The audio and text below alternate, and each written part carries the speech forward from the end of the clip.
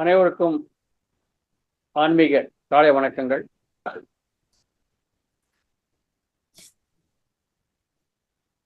இன்றைக்கு கொடுத்த நம்மளுடைய தியானத்தை தெரிஞ்சுக்கிற தலைப்பு ஆன்மீக விஞ்ஞானம், தியானத்துடைய நன்மைகள்.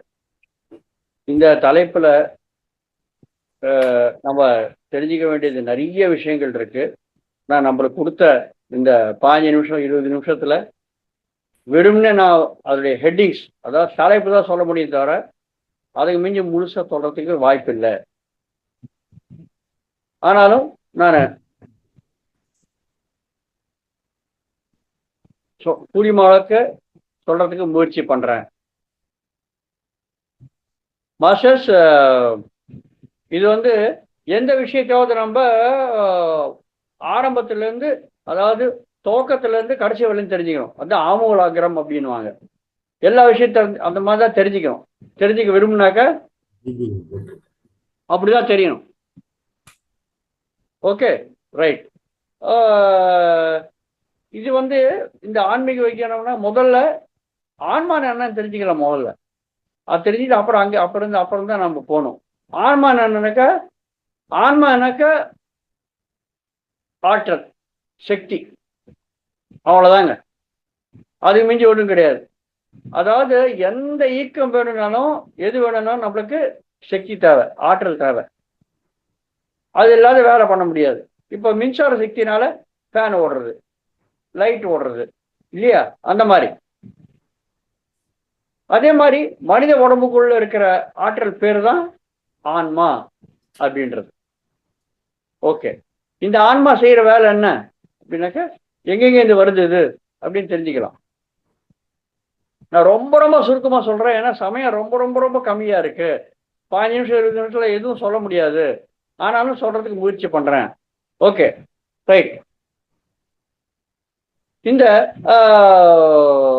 ஆன்மா எங்கெங்க வருது அப்படின்னாக்க, முதல்ல இந்த மனித பிறவைகள் இருக்கு இல்லையா நம்ம பூமியில, அந்த மனித பிறவைகள்ல இருந்து ஆன்மாக்கள் பிறக்கிறது, உடல் எடுத்துக்கிறது.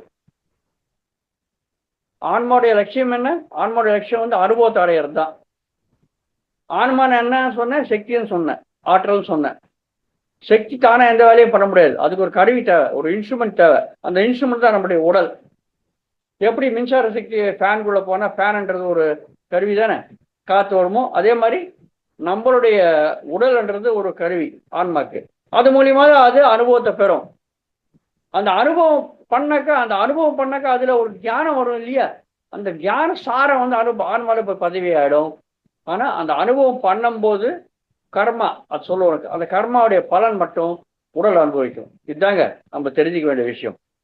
மாஸ்டர், நான் திருப்பி சொல்றேன், பெரிய சப்ஜெக்ட், தலைப்புகள் தவிர வேறு எதுவும் சொல்ல முடியாது என்னால. Okay, right.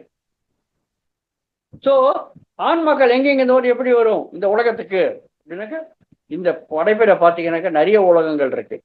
பூமிக்கு சேர்ந்த உலகங்கள், அது மட்டும் இல்லாத நிறைய உலகங்கள் இருக்கு. எல்லாமே சேர்த்தா விஸ்வம் சொல்லுவோம் நம்ம. அந்த மாதிரி விஸ்வத்துல மற்ற உலகங்கள்ல இருந்து இந்த பூமிக்கு வரும் ஆன்மாக்கள் பிரிவெடுக்கிறதுக்கு. ஏன்னாக்கா இந்த பூமியில இருக்கிற எக்ஸ்பீரியன்ஸ், அதாவது அனுபவம், ஒரே பிறவையில நம்ம நிறைய அனுபவம் பெறதுக்கு வாய்ப்பு இருக்கு.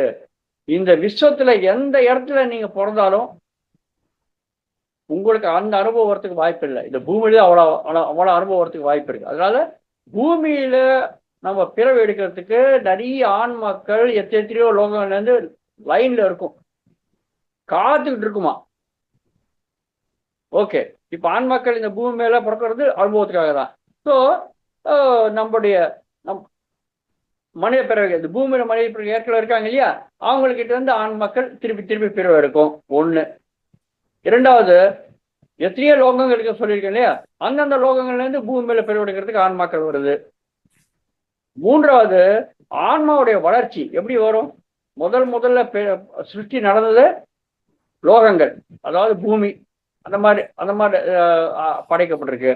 அதுக்கு பிறகு விருஷ சாம்ராஜ்யம், லோக சாம்ராஜ்யம், அதுக்கு உலோக சாம்ராஜ்யம், அப்புறம் விருஷ சாம்ராஜ்யம், அதாவது நம்ம செடிகள் மரங்கள் எல்லாமே சேர்த்து. அதுக்கு பிறகு ஜந்து சாம்ராஜ்யம், அதாவது விலங்குகள் சாம்ராஜ்யம். அதுக்கு பிறகுதான் மனித சாம்ராஜ்யம். ஸோ இந்த மாதிரி தான் ஆன்மாவுடைய வளர்ச்சி சிருஷ்டி ஆரம்பத்திலேருந்து வந்துட்டே இருக்கு. அதனால உலோகன்லேருந்து வளர்ச்சி அடைஞ்சு உட்ச சாம்ராஜ்யம் ஆச்சு. உட்ச சாம்ராஜ்யத்திலேருந்து வளர்ச்சி அடைஞ்சு விலங்கு சாம்ராஜ்யம் ஆச்சு. விலங்குனாக்கா நம்ம தண்ணியில போறது, அப்புறம் பூமியில போறது, அப்புறம் காத்துல பறக்கிறது எல்லாமே சேர்த்து. அதுக்கு பிறகு மனிதருக்கு. ஸோ இந்த விலங்குகள் சாம்ராஜ்யத்திலேருந்து மனித சாம்ராஜ்யத்துக்கு ஆன்மாக்கள் பிறகு எடுக்கும், உடல் எடுத்துக்கும். இந்த மாதிரி 3 வகைகள். மற்ற லோகங்கள்லேருந்து இந்த பூலோகத்தில் ஏற்கனவே இருக்கிற ஆன்மாக்களுடைய சந்தானமா பிரிவெடுக்கிறது. அப்புறம் 3வது நம்ம ஜந்து சாம்ராஜ்யம், அதாவது விலங்கு சாம்ராஜ்யத்திலேருந்து நம்மளுக்கு வரும். விலங்கு சாம்ராஜ்யத்திலேருந்து வர்ற ஆன்மாக்கள் குரூப் சோல்ஸ் அப்படின்னா, அதாவது கும்பலா ஒரு 10-15 ஆன்மாக்களுடைய விலங்குடைய ஆன்மா சேர்ந்து ஒரு 10 மாடுகள், ஒரு உதாரணம் சொல்ற 10 மாடுகளுடைய ஆன்மாக்கள் சேர்ந்து ஒரு மனித ஆன்மாக்கா பிறக்கும். ஸோ இந்த மாதிரி நம்ம ஆன்மாக்கள் இந்த பூ உலகத்துக்கு நம்மளுக்கு அனுபவத்துக்காக பிறக்கிறது. அதனால ஆன்ம தியானம்ன்றது நம்ம தெரிஞ்சுக்க வேண்டியது அனுபவ விஷயத்தில் தெரிஞ்சுக்கலாம். அதாவது ஆன்மாவுடைய வளர்ச்சி நம்ம 3 விதமா தெரிஞ்சுக்கலாம். ஒன்று ஆன்மீக வளர்ச்சி அனுபவத்துல, 2வது ஆன்மீக வளர்ச்சி உடல் மூலியமா. இங்க உடல்னாக்க ஸ்தூல உடல், சூக்ஷ்ம உடல் நிறைய இருக்கு, 7 உடல்கள் இருக்கு, அது மூலியமா. அப்புறம் 3வது உலகங்கள், நிறைய உலகங்களுக்கு சொன்னேன் இல்லையா, 14 உலகங்கள் இருக்கு. மேல் உலகங்கள் 7, கீழ் உலகங்கள் 7. மேல் உலகங்கள் பூலோகம், போர்லோகம், சுவர்லோகம், ஜனலோகம், மகாலோகம், தப்போலோகம், சச்சலோகம் என்று 7 மேல் உலகங்கள். கீழ் உலகங்கள் அத்தல, வித்தல, சுத்தல, மகாத்தல, தலாத்தல, பாத்தாள, இந்த மாதிரி கீழ் உலகங்கள். ஆனா நம்மளுக்கு மேல் உலகங்கள் தான் வளர்ச்சியா கொடுக்கறது. ஸோ அந்த உலகங்கள் ரீதியா நம்ம ஆன்மீக வளர்ச்சியை தெரிஞ்சுக்கிறோம். அப்புறம் உடல்கள் ரீதியாக சூக்ஷ்ம உடல், ஸ்தூல உடல் நிறைய இருக்கு, 7 உடல்கள், அது வழியா நம்ம தெரிஞ்சுக்கலாம். அப்புறம் ஆன்மீக வளர்ச்சியா தியானத்துல தெரிஞ்சுக்கலாம். இப்ப நம்ம ஆன்ம தியானம் தெரிஞ்சுக்கிறதுனால ஆன்மீக வளர்ச்சியா ஆன்மீகமா எப்படி வளருதுன்ற அந்த விஷயம் தெரிஞ்சுக்கலாம். ஏன்னா சமயம் ரொம்ப ரொம்ப கம்மியா இருக்கிறதுனால அந்த விஷயத்தை மொத்தம் நம்ம தெரிஞ்சுக்கிறதுக்கு வாய்ப்பு இருக்கு. ஓகே மாஸ்டர், இப்ப நீங்க பாத்தீங்கன்னாக்கா இந்த தியானத்துல கூட நிறைய நிறைய நிறைய தரங்கள் இருக்கு. முதல் தரம் குக்ஞானி. குக்ஞானினாக்கா அவன் விதண்டமா வாதாடுவான். கடவுள் எங்க இருக்க காட்டு, கண்ணில் காட்டுதான் தெரியும் அப்படின்னு விதண்டவாதம். பிடிவாதக்காரன். 2 விஷயங்கள் இருக்கு நம்மளுக்கு, மூர்க்கன், மூடன். மூர்க்கனாக்க அவன் சொல்றதா ரைட்டு அப்படின்னுவான், மற்ற எதை சொன்னு கேட்க மாட்டான்றான். மூடனாக்க அவன் ஒன்றும் தெரியாது, ஆனா மற்றவன் சொன்ன கேட்பான். ஸோ இந்த விதண்டவாதி, பிடிவாதக்காரன், இவனை குக்ஞானின்னு சொல்லுவோம். இவன் தான் மூர்க்கன். அடுத்த நிலைமை நம்மளுக்கு அஜ்ஞானி. அஜ்ஞானினா அது அவன் நம்மளுக்கு மூடன் நிலைமை, தெரியாது, சொன்ன கேட்பான். அதுக்கு பிறகு அவன் தியானத்துக்கு தியானம் பண்ணி தெரிஞ்சுப்பான், நான் ஆன்மா அப்படின்ட்டு. அதுதான் ஞான நிலைமை. இது ஸோ தியானம் பண்றது 2 வகைகள். ஒன்று சாதாரணமா தியானம், அது வாழ்றதுக்காக உதவுறது. 2வது ஆன்ம தியானம். நம்ம ஆன்ம தியானம் பத்தி நம்ம தெரிஞ்சுக்கிறோம், ஆன்ம தியானம் தெரிஞ்சுக்கிறோம் இல்லையா.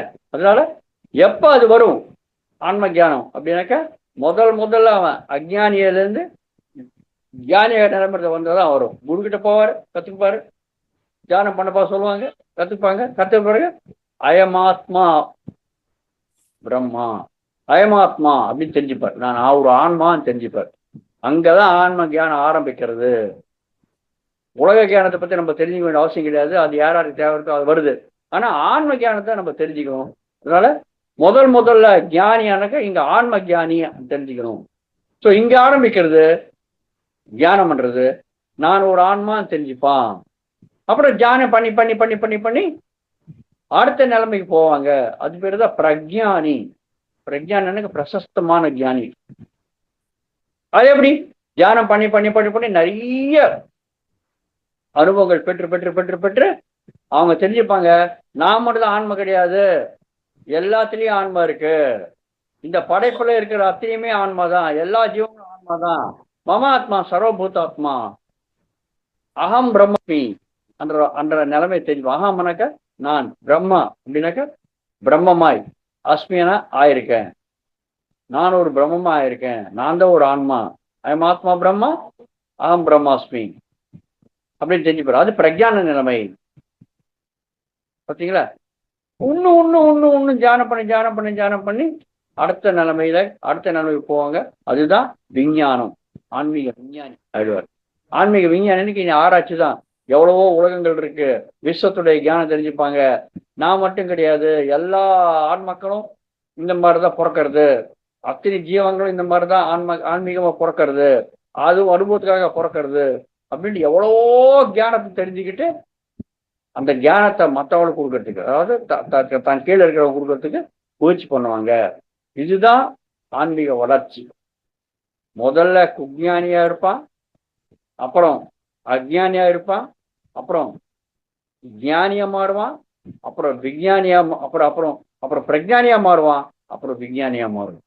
இந்த மாதிரி ஞானத்தை வளர்ச்சி அடைவாங்க. இந்த வளர்ச்சியை நம்ம ஆன்மீக நிலைமையில நம்ம தெரிஞ்சுக்கிறோம். அதாவது தியான நிலைமையில தான் நம்ம தெரிஞ்சுக்க முடியும்.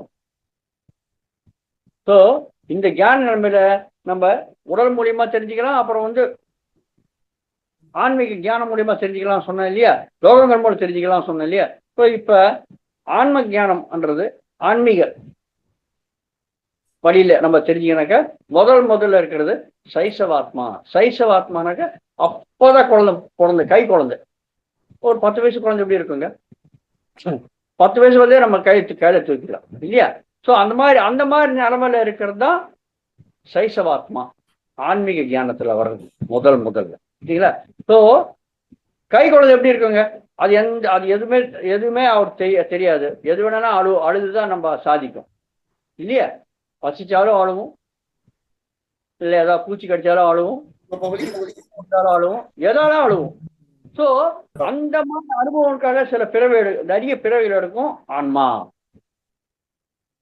வாழ்க்கையில அந்த மாதிரி அனுபவங்களுக்காக நிறைய பிறவி எடுக்கும். அதுதான் சைசவாத்மா. அவங்க எதை சொன்னாலும் கேட்டுருவாங்க. சின்ன பசங்க நம்ம என்ன சொன்னாலும் கேட்பாங்க இல்லையா. ஸோ அந்த மாதிரி ஒரு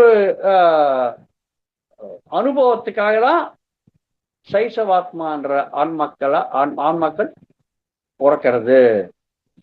ஓகே மாஸ்டர். ஸோ அந்த மாதிரி பிறந்து அந்த மாதிரி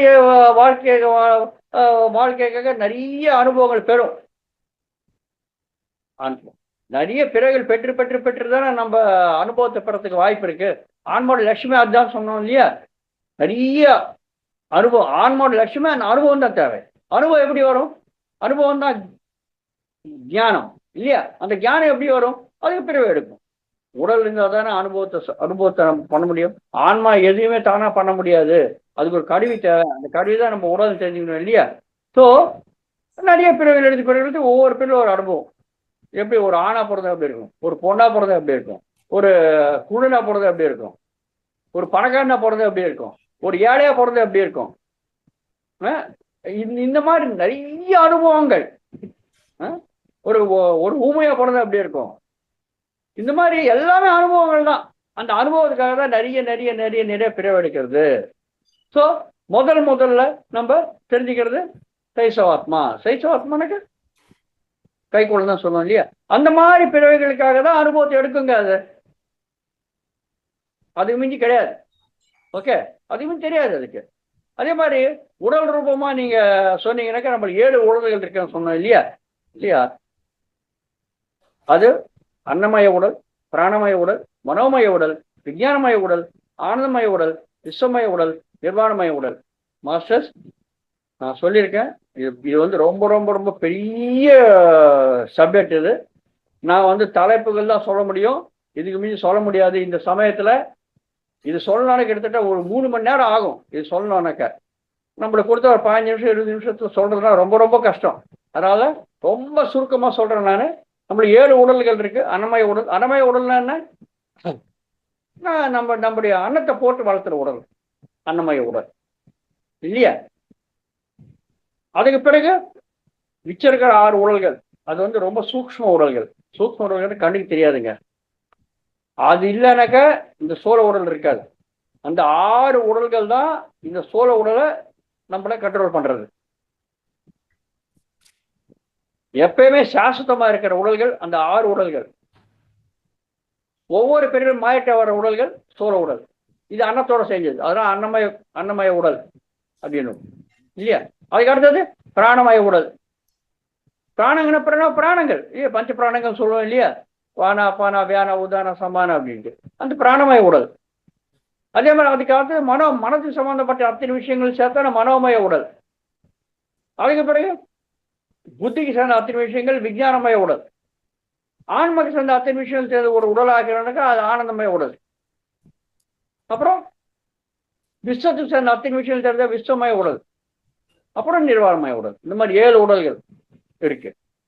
அதே மாதிரி ஒவ்வொரு உடலையும் ஒவ்வொரு சக்கர நிலைமைக்கு நம்ம எடுத்து வருவோம். இதெல்லாம் ஞானத்துக்கு சம்பந்தப்பட்டது. Okay master. ஸோ இது சக்கரங்கள் கூட அன்னமய உடலுக்கு சேர்ந்தது மூலாதார சக்கரம். அதே மாதிரி 7 சக்கரங்கள் இருக்கு. மூலாதாரம், சுவாதிஷ்டானம், மணிப்பூரகம், அனகாத்த, விசுத்த, ஆக்ஞா, சாஸ்திரம். சாஸ்திரம்ன்றது சக்கரம் கிடையாது, அது ஒரு நிலைமை. ஓகே. ஸோ இந்த மாதிரி ஆன்மீக வளர்ச்சியை நம்ம இந்தந்த வகையில நம்ம தெரிஞ்சுக்கணும் எப்படின்ட்டு. ஸோ முதல் நிலைமை சைசவாத்மா. சைசவாத்மாக்கு சேர்ந்தது அன்னமய உடல், மூலாதார சக்கரம். சரிங்களா. ஸோ ஒன்றுமே தெரியாது, என்ன சொன்னாலும் அவங்க கேட்டுப்பாங்க. Okay sir, okay sir, okay sir அப்படின்ட்டு. அந்த மாதிரி அனுபவங்களுக்காக தான் அது பிறவை எடுக்கும். ஸோ எந்தெந்த விதமா இருக்காங்க, அது பஞ்சபூதங்களால் தான் சுஷ்டி உருவாக்கப்பட்டிருக்குன்னு சொன்னேன் இல்லையா. இந்த பஞ்சபூதங்கள்ல இந்த முதல் சைசவாத்மா எதை குறிக்கும்னாக்க பூமி தத்துவத்தை குறிக்கும். பூமி தத்துவம் எது குறிக்கும்? பூமி தத்துவம் அது வாசனை இல்லையா. ஸோ இந்த மாதிரி சைசவாத்மா இருக்கிற நிலைமையில இருக்கிறவங்க ஆன்மாக்கள் எந்த மாதிரி கொடுப்பாங்க? ஒரு அரசியல்வாதி பாருங்க. நம்ம ஒரு உதாரணம் சொல்றேன். அரசியல்வாதி நீங்க போனாக்க, யாராவது ஒரு அரசியல்வாதி நீங்க போனீங்கன்னாக்க, அவங்க எதுக்கு வந்தாங்க, நம்ம எதுக்கு வந்தான்னு தெரிஞ்சிடும் உங்களுக்கு. உடனே வாசனை கண்டுபிடிச்சிருவாங்க. பூமி தத்துவம் பார்த்தீங்களா. ஸோ அந்த மாதிரி சில பிறவைகள் எடுப்போம்.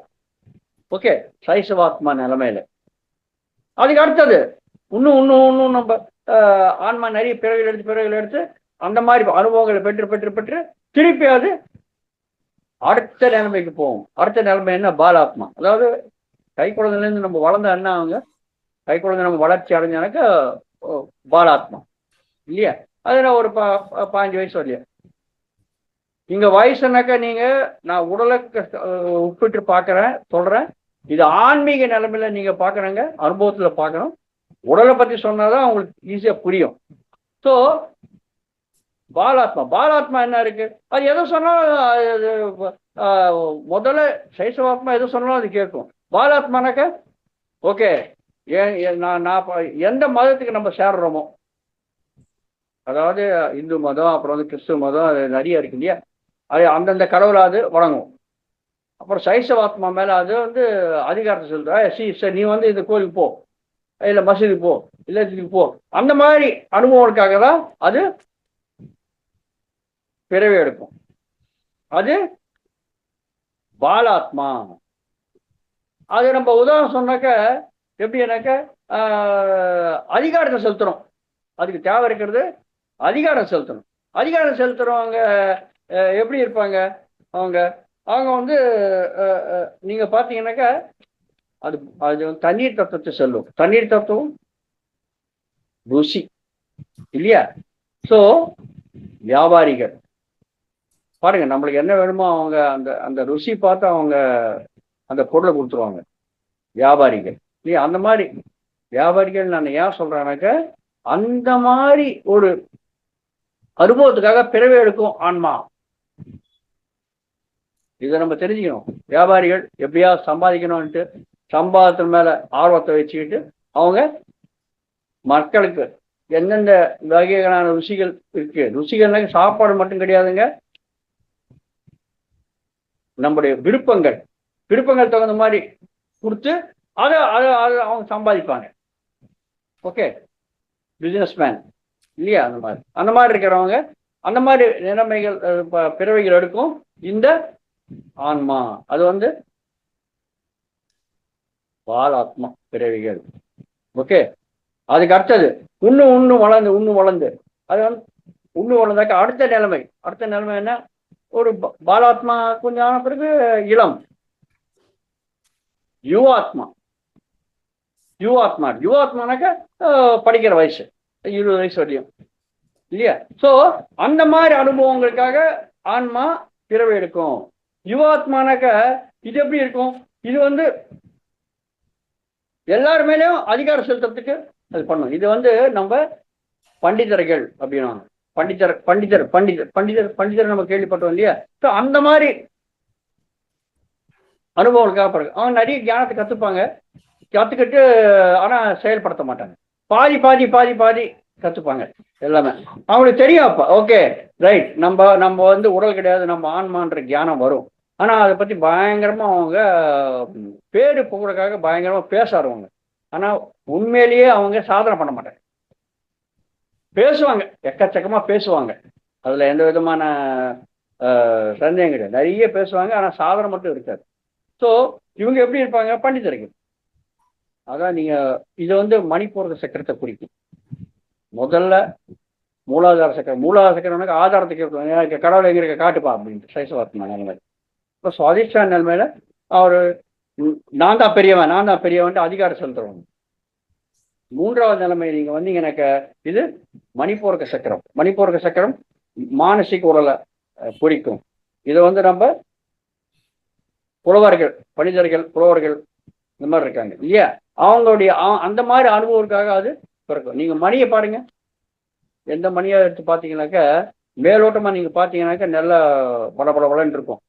ஆனா மணியை உடச்சி பாருங்க, உள்ள உண்மை இருக்காது, வெற்றி இடமா இருக்கும். அதாவது இவங்களோட ஞானமே அப்படிதான் இருக்கும். அந்த மாதிரி ஞானத்துக்காக தான் இவங்க பிறவை எடுப்பாங்க. சில விஷயங்கள் பயங்கரமா பேசுறாங்கப்பா, ஆனா பிராக்டிக்கலா உண்மை தெரியாது அவங்களுக்கு. பார்த்தீங்களா? ஸோ அந்த மாதிரி நிலைமையில தான் அந்த மாதிரி அனுபவங்களுக்காக பிறவை எடுக்கும் ஆன்மா. ஸோ இது மணிப்பூரக சக்கரத்துக்கு சேர்ந்தது. அதே மாதிரி மானசிக உடலுக்கு சேர்ந்தது. மேலோட்டமா ஆகுவாங்க, ஆனா இவங்க வந்து அவங்களுக்கு ஞானம் இருக்கு, ஆனா அதை பிராக்டிக்கலா வைக்க மாட்டாங்க. அந்த ஞானம் கூட பாதியா தான் இருக்கிறது. இது வந்து நம்ம யுவாத்மா அப்படின்னு சொல்றது. படிக்கிற நிலைமை நம்ம நிறைய கத்துப்போம், 20 வயசு வரையும் நம்ம கத்துப்போம் இல்லையா? ஸோ அந்த மாதிரி அனுபவங்களுக்காக பிரிவு எடுக்கும். மாஸ்டர்ஸ் நான் வந்து நிறைய கம்பேர் பண்ணி சொல்றேன், ஒப்பிட்டு பார்க்குறேன். எனக்கு தியானத்துல தான் நம்ம தெரிஞ்சுக்கணும். ஸோ நம்முடைய வயசை நம்ம கம்பேர் பண்ணி பார்க்கும்போது 20 வயசு சொன்னானுக்கு என்ன, யுவாத்மான்னு சொன்னானு என்ன, 20 வயசுல நம்ம படிக்கிறது தானே செய்யறோம், அது மாதிரி கிடையாது. ஸோ எல்லாம் தெரிஞ்சுக்கணும் அந்த ஆர்வத்தோட நம்ம இருப்போம். ஸோ அந்த மாதிரி அனுபவங்களுக்காக பிறவை எடுக்கும், அது தெரிஞ்சுக்கணும் முதல்ல நம்ம. Okay right. அந்த மாதிரி பிறகு இன்னும் வளர்ச்சி அடையும். வளர்ச்சி அடைஞ்ச பிறகு அப்புறம் அடுத்த நிலைமை அதுதான் நம்ம சொல்றது பிரௌடாத்மா. பிரௌடாத்மானாக்க நல்லபடியா பாலாத்மாக்க 25 வயசுல இருந்து 50 வயசு வரையும் வர்றது பிரௌடாத்மா. பார்த்தீங்களா?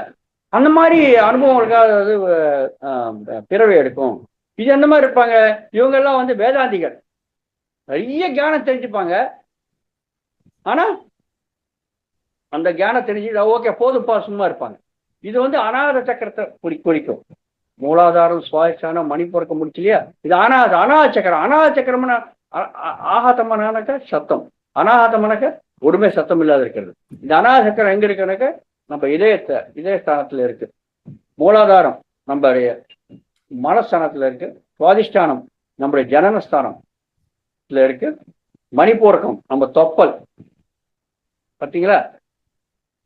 அது அப்புறம் அதுக்கு அடுத்தது இதயஸ்தானத்துல இருக்கிறது அநாத சக்கரம். எப்படி இருக்குங்க?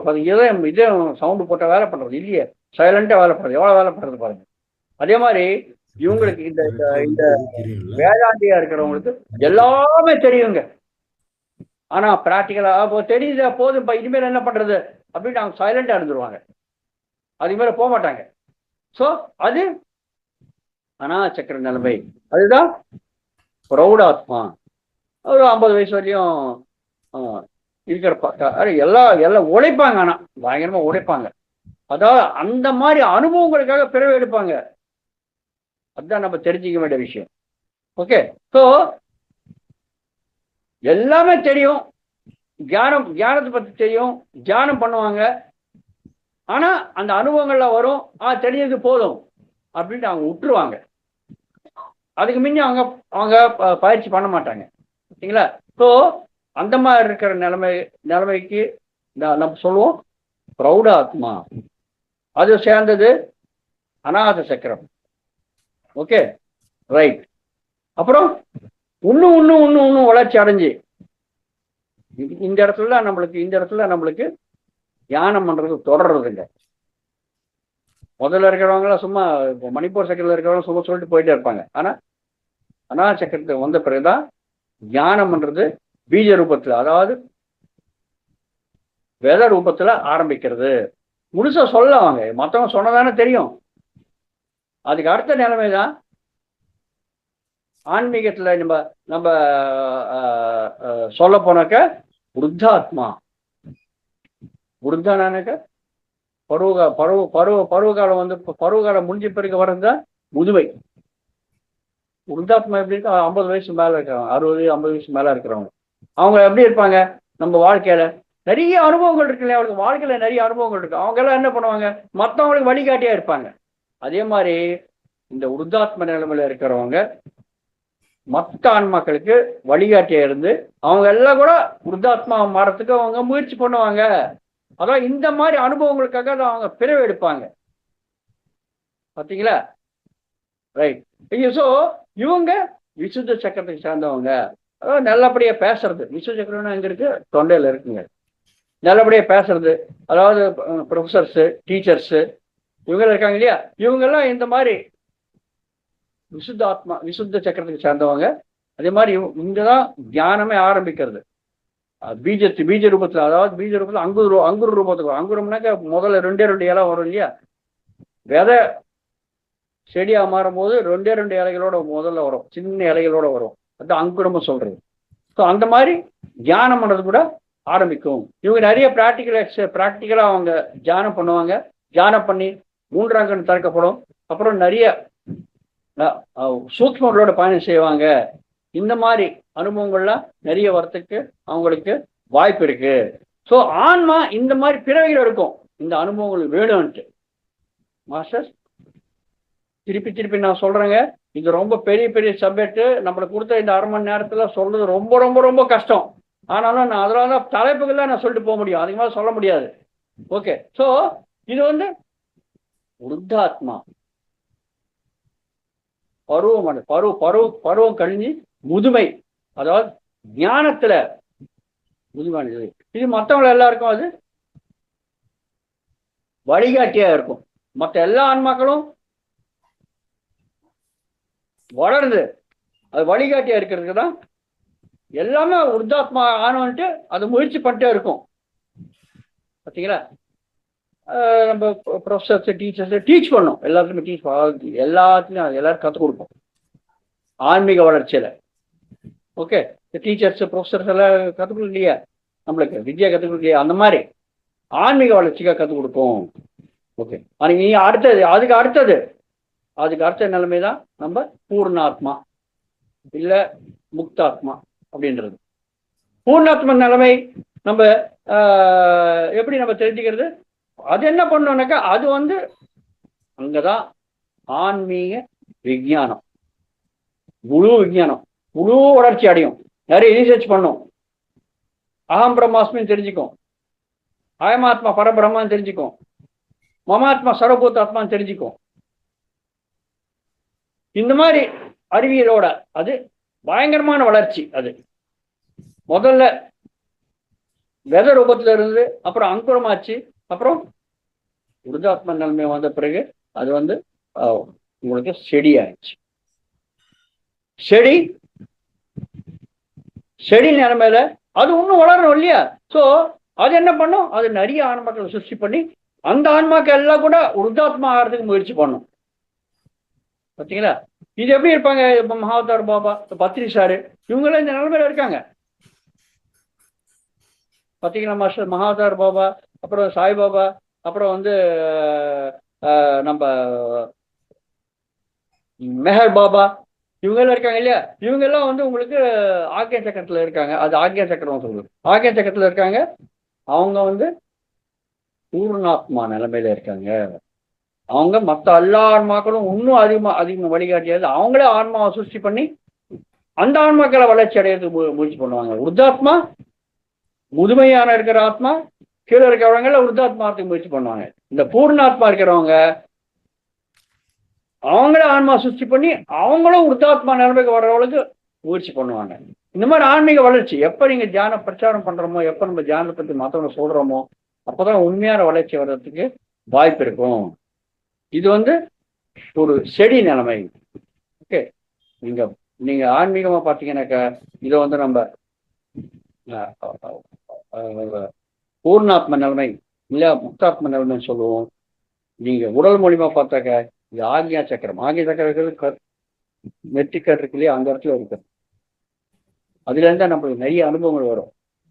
சூக்ஷ்மங்களோட பயணம் செய்வோம், எக்கச்சக்கமான அனுபவங்கள் வரும். விஷத்தோட ஞானத்தை நம்ம தெரிஞ்சுப்போம், எல்லாருக்கும் சொல்ல ஆரம்பிச்சிருவோம். அந்த நிலைமைக்கு நம்ம வருவோம். பார்த்தீங்களா? இனி அடுத்தது பரமாத்மா, 7வது நிலைமை. அது பெரிய விருட்சம், பெரிய மரமான மாதிரி. இங்க மரத்துக்கு எல்லாம் இருக்கா? கிடையாது. அது பாட்டு நிறைய ரீசர்ச் அண்ட் டெவலப்மெண்ட், நிறைய ஆராய்ச்சி பண்ணி எக்கச்சக்கமான ஞானத்தை அடைஞ்சு பூர்ணாத்மா சுச்சி பண்ணும். அது பண்ணீங்களா? பூர்ணாத்மா தயார் பண்ணும். பார்த்தீங்களா மாஸ்டர்ஸ்? ஸோ இந்த மாதிரி ஆன்மீக வளர்ச்சி நம்மளுக்கு நடக்கும். அதுதான் சாஸ்திரா நிலைமையை சொல்றது. மாஸ்டர் நான் திருப்பி சொல்றேன், நான் தலைப்புகள் தான் சொல்ல முடியும், அதுக்கு மீறி சொல்ல முடியாது. ஸோ இந்த மாதிரி ஆன்மீக வளர்ச்சி நம்மளுக்கு நடக்கும். இதுதான் ஆன்மீக விஞ்ஞானம்ன்றது. இது விஞ்ஞானம், ஆன்மீக விஞ்ஞானம்ன்றது. அதுதான் லாஸ்ட் நிலைமை. அந்த மாதிரி அனுபவத்துக்காக அது பிறவே எடுக்காதீங்க. எல்லா சுத்தியும் அது பண்ண ஆரம்பிச்சிடும்.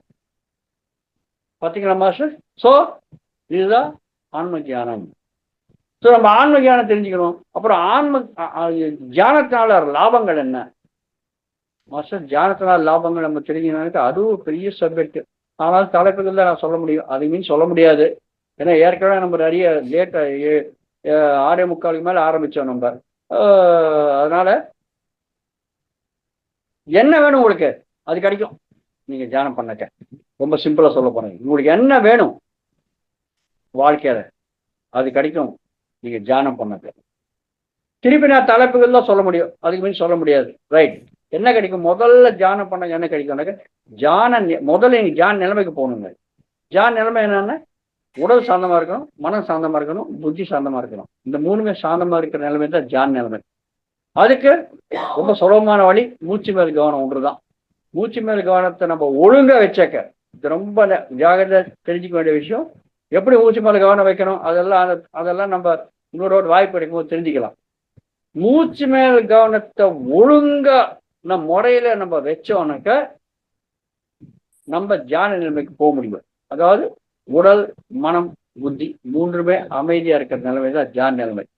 அந்த நிலைமைக்கு போக முடியும். அந்த நிலைமைக்கு போன பிறகுதான் நன்மைகள் என்றதே வரும், லாபங்கள் என்றதே வரும். ஓகே, எந்தெந்த விதமான லாபங்கள் வரும் அப்படின்னாக்க முதல் லாபம் தியானத்தால் ஒரு நன்மைகள்ல முதல் நன்மை என்னன்னாக்க மன அமைதி. பார்த்தீங்களா? இப்ப எல்லாருக்கும் தேவை இருக்கிறது என்ன? மன அமைதி தானே. ஸோ முதல் லாபம் என்னன்னாக்க மன அமைதி. அப்புறம் எப்ப நீங்க மனதை அமைதியா வச்சுக்கிறீங்களோ 2வது நிலைமைக்கு போவோம். தியானம் பண்ண 2வது நிலைமை என்னக்க நம்மளுக்கு முழு உடல் ஆரோக்கியம். எந்த விதமான வியாதியா இருந்தாலும் சரி நீங்க தியானம் பண்ணி போக்கிக்கலாங்க. ஒரு டாக்டர் இல்லாத, ஒரு மருந்து இல்லாத, எதுவுமே இல்லாத நம்ம போக்கலாம். முழு ஆரோக்கியம் வரும் நீங்க தியானம் மூலயமா. 2வது நன்மைகள். 3வது நன்மைகள் முழு ஆயுஷ். அதாவது நம்ம எத்தனை வருஷம் வாழணும்னு நினைக்கிறோமோ அத்தனை வருஷம் நம்ம வாழலாம. நம்ம வாழ்க்கை நம்ம கையில இருக்கு. நீங்க 500 வருஷம் வாழணுமா வாழலாம், 1000 வருஷம் வாழணுமா வாழலாம். நம்மளுக்கு மரணம்ன்றதே கிடையாது. பார்த்தீங்களா? ஸோ எத்தனை வருஷம் நீங்க வாழாம ஒரு வருஷம் வாழலாம், நீங்க தியானத்தை ஒழுங்கா பண்ணாக்க. இதுதான் ரொம்ப ரொம்ப முக்கியமான விஷயம். சரியான முறையில் நம்ம தியானத்தை பண்ணாக்க ஆயுஷ்ன்றது தீர்காயுஷ வாழலாம், சிரஞ்சீவியா கூட வாழலாம். இது நன்மை. 3வது. 4வது, நம்ம நம்ம தியானத்தை பண்ணாக்க நம்ம ஐஸ்வர்யத்தை, அதாவது பணத்தை கூட நம்ம நிறைய பெறலாங்க. இது எந்த விதமான சந்தேகம் கிடையாது. எல்லாருக்கும் தேவை இல்லையா பணம் தேவை இருக்கு. ஸோ எவ்வளவு வேணுமோ அவ்வளோ நம்ம பணத்தை பெறலாம். இதுல எப்படி தியானத்தால வரும்ன்றது ஒவ்வொரு விஷயத்துக்கும் நம்ம திருப்பி ஒரு 1.5 மணி நேரம் 2 மணி நேரம் உட்கார்ந்து தெரிஞ்சுக்கலாம். ஆனா தலைப்புக்கு தான் நான் சொல்ல முடியும் சொல்லியிருக்கேன் நான். ஓகே, ஐஸ்வர்யத்தை பெறலாம். 5வது, நம்ம ஞாபக சக்தியை நம்ம வளர்த்திக்கலாம். பெரிய ஞாபக சக்தி வளர்றதுக்கு வாய்ப்பு இருக்கு. 6வது லாபம், நம்முடைய புத்திய எக்கச்சக்கமா வளர்த்துக்கலாங்க. 7வது, நம்ம எப்பவுமே நீங்க பாத்தீங்கன்னாக்க ஒன்று கடந்த காலத்தை பற்றி சிந்தனைகளோ இல்ல வருங்காலத்தை பற்றி சிந்தனைகளோ இருப்போங்க, பாஸ்ட் பத்தியோ ஃபியூச்சர் பத்தியோ. ஆனா நம்ம தியானம் பண்ணாக்க நிகழுங்காலத்துல இருப்போங்க. நிகழுங்காலத்துல இருக்கிற பிராக்டிஸ் நம்ம தியானம் பண்ணா வரும். நிகழ்காலத்துல இருக்கிற நன்மைகள் என்ன எவ்வளவோ இருக்கு இல்லையா? ஸோ நிகழுங்காலத்துல இருக்கிற தத்துவம் நம்மளுக்கு நம்ம அடையவும் நம்ம தியானம் பண்ணாக்க. 7வது நன்மை. 8வது, நிறைய தியானம் வருங்க நம்மளுக்கு. எக்கச்சக்கமான ஞானம் வரும். எப்படி வரும் தியானம் வரும்? நம்மளுக்கு 3ஆம் கண் திறக்கப்பட்டு 3ஆம் கண் வழியா நம்ம நிறைய பார்ப்போம். 3ஆம் கண் நம்ம சிவபெருமனை தான் இருக்குன்னு நினைக்காதுங்க, நம்ம எல்லாருக்குமே இருக்கு. அதுதான் தியான நேத்திரம் சொல்றது. அது ஆக்ஞா சக்கரம்ன்றது, நெற்றிக்கண். அது தக்கப்பட்டு 3ஆம் கண் வழியா நம்ம பார்த்தோம். அது திவ்ய திருஷ்டி அப்படின்வாங்க. தூரப்பார்வைனாக்கா எங்க மாடி மேலே ஏறி டவர் மேலே ஏறி பார்க்கறது கிடையாதுங்க. எவ்வளவு தூரத்துல இருக்க பார்க்கலாம். இந்த கண்ணில் பார்க்க முடியாது, இந்த நெற்றிக்கண்ணோட பார்க்க முடியும். அந்த மாதிரி ஞானம். அப்புறம் சூக்ஷ்ம உடல பயணம் செய்து நம்ம நிறைய லோகங்கள் பார்ப்போம். நம்ம தெரிஞ்சுக்கணும். இப்ப முதல்ல கூட ஆன்ம ஞானத்தை பத்தி தெரிஞ்சுக்கிற விஷயத்தை தெரிஞ்சுக்கணும் இல்லையா? சூக்ஷ்ம உடலோட நம்ம பயணம் செய்து நிறைய லோகங்கள் பார்க்கறதுக்கு வாய்ப்பு இருக்கு இல்லையா? அந்த மாதிரி ஞானத்தை நம்ம தெரிஞ்சுக்கலாம். அதுவும் தியானத்தினால வருது. தியானத்தினால வர்ற ஞானம். அப்புறம் அதுக்கு அடுத்தது நிறைய சித்திகள் வருங்க. நிறைய சித்திகள். இப்ப சாய்பாபா இப்படி அப்படின்னா உடனே கையில ஒரு சிவலிங்கத்தை காட்டுறாரு, இப்படியான உடனே விபூதி காட்டுறாரு. எவ்வளவோ சித்திகள், அஷ்ட சித்திகள், அனிமா, கரிமா, லகிமா, மகிமா, பிரீத்தி, பிராக்காம, ஈசத்துவம், வசித்துவம், இது சித்திகள் இருக்கு. இதெல்லாம் நம்ம அடைவோம். சித்திகள் அடைஞ்சவங்க தான் சித்தர்னு சொல்லுவோம் நம்ம இல்லையா? நம்மளுக்கு நிறைய சித்தர்கள் தெரியும். அவங்க எவ்வளோ மகிமல் காட்டிருக்காங்க. ஸோ அந்த சித்திகள்லாம் வரும் நீங்க தியானம் பண்ணக்க. ஓகே, அடுத்தது நம்மளுடைய வாழ்க்கை ஆனந்தமயா வாழ்றாங்க. ஆனந்தமயமான வாழ்க்கையை நம்ம வாழலாம் நம்ம தியானம் பண்ணக்க. அதுக்கு தான் தியானமே பண்றது இல்லையா? எந்த விதமான நிலைமை இருந்தாலும் நம்ம ஆனந்தமா வாழலாங்க. கடைசியில நம்ம தெரிஞ்சுக்க வேண்டிய விஷயம் முக்தி அடையும். முக்தி மோட்சத்தை அடையணும். நீங்க தியானம் பண்ண பண்ண பண்ண பண்ண ஜீவன் முக்தி அடைவீங்க. முக்தியில நிறைய வித்தியாசங்கள் இருக்கு. ஒன்று அதே உடலோட முக்தி, உடல் இல்லாத முக்தி இல்லையா? உடல் இல்லாத முக்தி எல்லாருமே அடையிறது தான். உடலோடு அடைய முடிஞ்சா ஜீவன் முக்தின்றது. ஸோ அந்த ஜீவன் முக்தி நிலைமையை அடைவோம். இதுதான் தியானத்தினால் பலன்கள். நிறைய என்ன வேணுமோ அது வரும். ஆனா நான் தலைப்புகள் தான் நான் சொன்னேன் மாஸ்டர். இப்போ நம்மளுக்கு சமயம் ஆயிடுச்சு. அதனால இந்த இருக்கிற சமயத்துல ரொம்ப ரொம்ப ரொம்ப ரொம்ப சுருக்கமா நான் சொல்லியிருக்கேன். தலைப்புகளோட தான் சொல்லியிருக்கேன். இந்த வாய்ப்பு கொடுத்த மகாவதார் பாபா டிவி உங்களுக்கு நன்றி. இன்னும் சில விஷயங்கள் திருப்பி வாய்ப்பு கிடைக்கும் போது ரொம்ப விஸ்தாரமா தெரிஞ்சுக்கலாம். இந்த சமயபாவத்தினால ரொம்ப ரொம்ப ரொம்ப கம்மியா நான் சொல்லியிருக்கேன். ஓகே மாஸ்டர், நன்றி, தேங்க்யூ. ஐயா நன்றி ஐயா, உங்கள் பேச்சு மிக சிறப்பாக இருந்தது.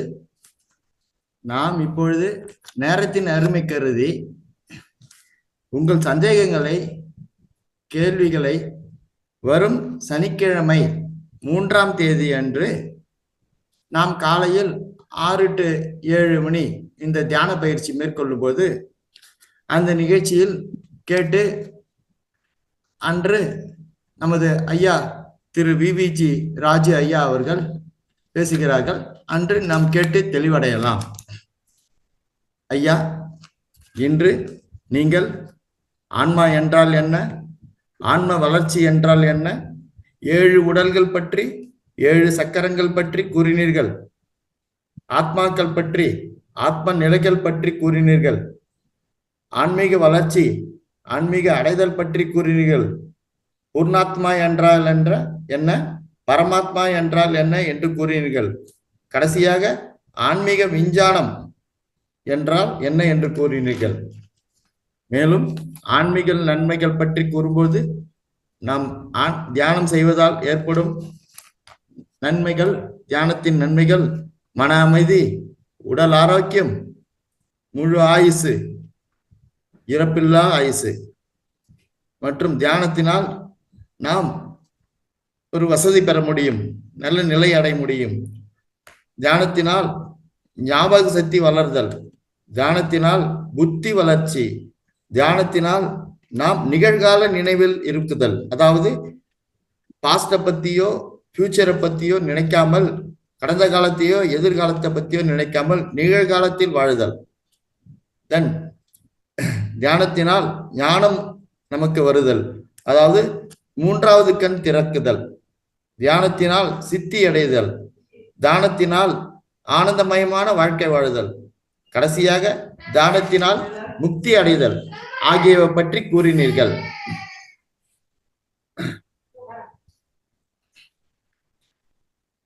நான் இப்பொழுது அனைவருக்கும் நன்றி தெரிவித்துக் கொள்கிறேன். முதலாக நமது